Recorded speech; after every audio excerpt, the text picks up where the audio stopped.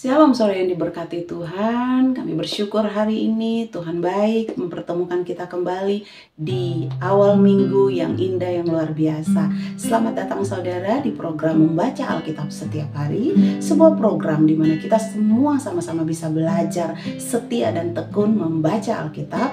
Setiap hari satu pasal. Dan ini berlangsung setiap hari, kita menyelesaikan dari Kejadian sampai Kitab Wahyu. Sebagai info saudara, sebagai informasi buat saudara yang sudah biasa mengikuti tayangan ini, kami mulai hari ini akan berganti jam tayang untuk membaca pembacaan Alkitab kita di jam 18.00 atau jam 6 sore.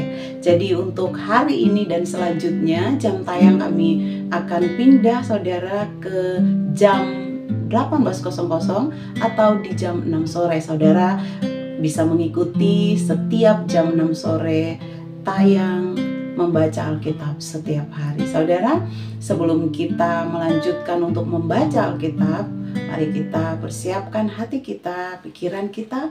Kita sama-sama masuk hadirat Tuhan untuk berdoa dan memuji Tuhan.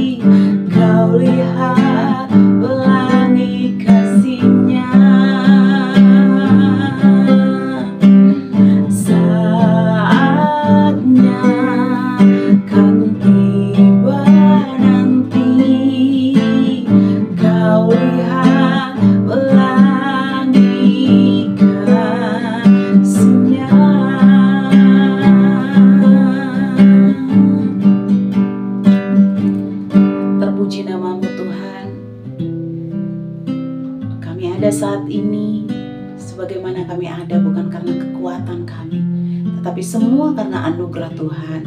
Kami bersyukur Tuhan, hari ini Tuhan berikan kami kembali kesempatan untuk belajar firman Tuhan, belajar taat, belajar mencintai firman Tuhan. Hari ini kami akan baca Alkitab bersama-sama. Tuhan menyuci kuduskan setiap kami. Roh Kudus, kiranya Engkau menuntun setiap kami yang rindu mendengar suara-Mu. Biarlah Engkau membuka setiap pemikiran dan pemahaman kami, sehingga kami bisa mengerti, Engkau bisa menasihati kami Tuhan. Pribadi lepas pribadi, kami bisa mendengar suara-Mu Tuhan. dan Engkau mengajarkan sesuatu yang baru kembali untuk kami pahami, kami lakukan, dan kami menjalani hari-hari ini sesuai dengan firman-Mu. Terima kasih Tuhan, kami siap untuk mendengar firman Tuhan.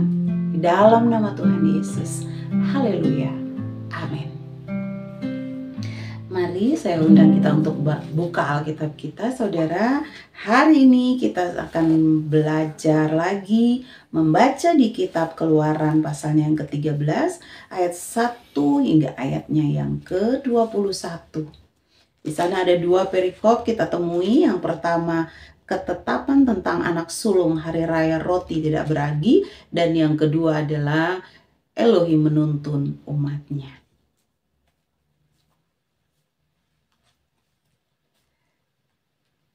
Firman Tuhan berkata, ketetapan tentang anak sulung hari raya roti tidak beragi. Berfirmanlah Tuhan kepada Musa, kuduskanlah bagiku semua anak sulung, semua yang lahir terdahulu dari kandungan pada orang Israel, baik pada manusia maupun pada hewan, akulah yang empunya mereka. Lalu berkatalah Musa kepada bangsa itu, peringatilah hari ini, sebab pada hari ini kamu keluar dari Mesir, dari rumah perbudakan. Karena dengan kekuatan tangannya Tuhan telah membawa kamu keluar dari sana. Sebab itu tidak boleh dimakan sesuatu pun yang beragi. Hari ini kamu keluar dalam bulan Abib, apabila Tuhan telah membawa engkau ke negeri orang Kanaan, orang Het, orang Amori, orang Hewi, dan orang Yebus, negeri yang telah dijanjikannya dengan sumpah kepada nenek moyangmu untuk memberikannya kepadamu suatu negeri yang berlimpah-limpah susu dan madunya, maka engkau harus melakukan ibadah ini dalam bulan ini juga. Makanlah roti yang tidak beragi 7 hari lamanya, dan pada hari yang ke-7 akan diadakan hari raya bagi Tuhan. Roti yang tidak beragi haruslah dimakan selama 7 hari itu. Sesuatu pun yang beragi tidak boleh dilihat padamu, bahkan ragi tidak boleh dilihat padamu di seluruh daerahmu. Pada hari itu harus kau beritahukan kepada anakmu laki-laki, ibadah ini adalah karena mengingat apa yang dibuat Tuhan kepadaku pada waktu aku keluar dari Mesir.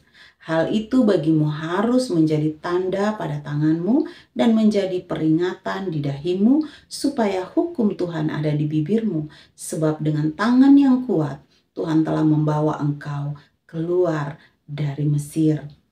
Haruslah kau pegang ketetapan ini pada waktunya yang sudah ditentukan dari tahun ke tahun. Apabila engkau telah dibawa Tuhan ke negeri orang Kanaan, seperti yang telah dijanjikannya dengan sumpah kepadamu dan kepada nenek moyangmu, dan negeri itu telah diberikannya kepadamu, maka haruslah kau persembahkan bagi Tuhan segala yang lahir terdahulu dari kandungan, juga setiap kali ada hewan yang kau punyai beranak pertama kali, anak jantan yang sulung adalah bagi Tuhan. Tetapi setiap anak keledai yang lahir terdahulu kau tebuslah dengan seekor domba, atau jika engkau tidak menebusnya, engkau harus mematahkan batang lehernya. Tetapi mengenai manusia, setiap anak sulung di antara anak-anakmu lelaki haruslah kau tebus. Dan apabila anakmu akan bertanya kepadamu di kemudian hari, apakah artinya itu? Maka haruslah engkau berkata kepadanya, dengan kekuatan tangannya Tuhan telah membawa kita keluar dari Mesir, dari rumah perbudakan. Sebab ketika Firaun dengan tegar menolak untuk membiarkan kita pergi, maka Tuhan membunuh semua anak sulung di tanah Mesir, dari anak sulung manusia sampai anak sulung hewan. Itulah sebabnya maka aku biasa mempersembahkan kepada Tuhan segala binatang jantan yang lahir terdahulu dari kandungan, sedang semua anak sulung di antara anak-anakku lelaki kutebus. Hal itu harus menjadi tanda pada tanganmu dan menjadi lambang di dahimu, sebab dengan kekuatan tangannya Tuhan membawa kita keluar dari Mesir. Perikop selanjutnya, Elohim menuntun umatnya.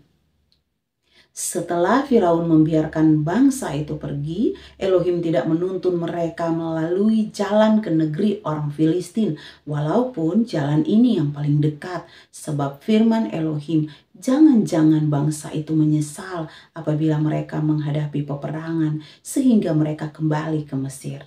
Tetapi Elohim menuntun bangsa itu berputar melalui jalan di padang gurun menuju ke Laut Teberau. Dengan siap sedia berperang, berjalanlah orang Israel dari tanah Mesir. Musa membawa tulang-tulang Yusuf, sebab tadinya Yusuf telah menyuruh anak-anak Israel bersumpah dengan sungguh-sungguh, Elohim tentu akan mengindahkan kamu, maka kamu harus membawa tulang-tulangku dari sini.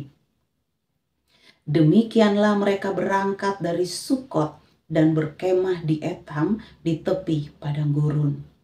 Ayat 21 ayat yang terakhir, Tuhan berjalan di depan mereka pada siang hari dalam tiang awan untuk menuntun mereka di jalan, dan pada waktu malam dalam tiang api untuk menerangi mereka, sehingga mereka dapat berjalan siang dan malam dengan tidak beralih. Tiang awan itu tetap ada pada siang hari dan tiang api pada waktu malam di depan bangsa itu. Haleluya, puji nama Tuhan. Kita sudah menyelesaikan hari ini dari kitab Keluaran pasalnya yang ke-13 kita sudah baca tadi, ayat yang pertama hingga ayatnya yang ke-21. Tuhan sungguh baik bagi kita saudara, maka jangan lupa besok hari kita akan melanjutkan pembacaan Alkitab kita yang ada di Keluaran pasalnya yang ke-14.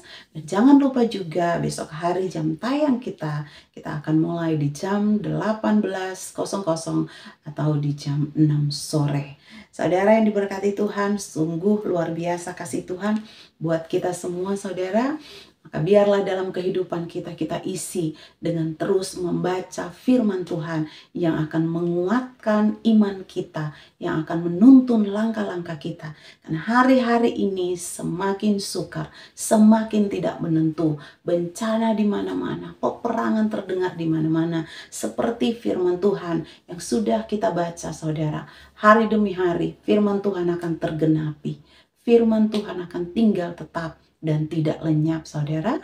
Maka dari itu kami mengundang, mari kita semua semakin dekat dengan Tuhan dan semakin menikmati firman Tuhan, sehingga setiap hari kita mendengar kabar-kabar dari surga, yaitu nasihat-nasihat dari Tuhan, nasihat dari Roh Kudus, bagaimana kita harus berjalan setiap hari. Puji nama Tuhan, mari tetap kokoh berdiri apapun permasalahan, apapun masalah yang kita hadapi, apapun yang sedang kita doakan, jangan gentar.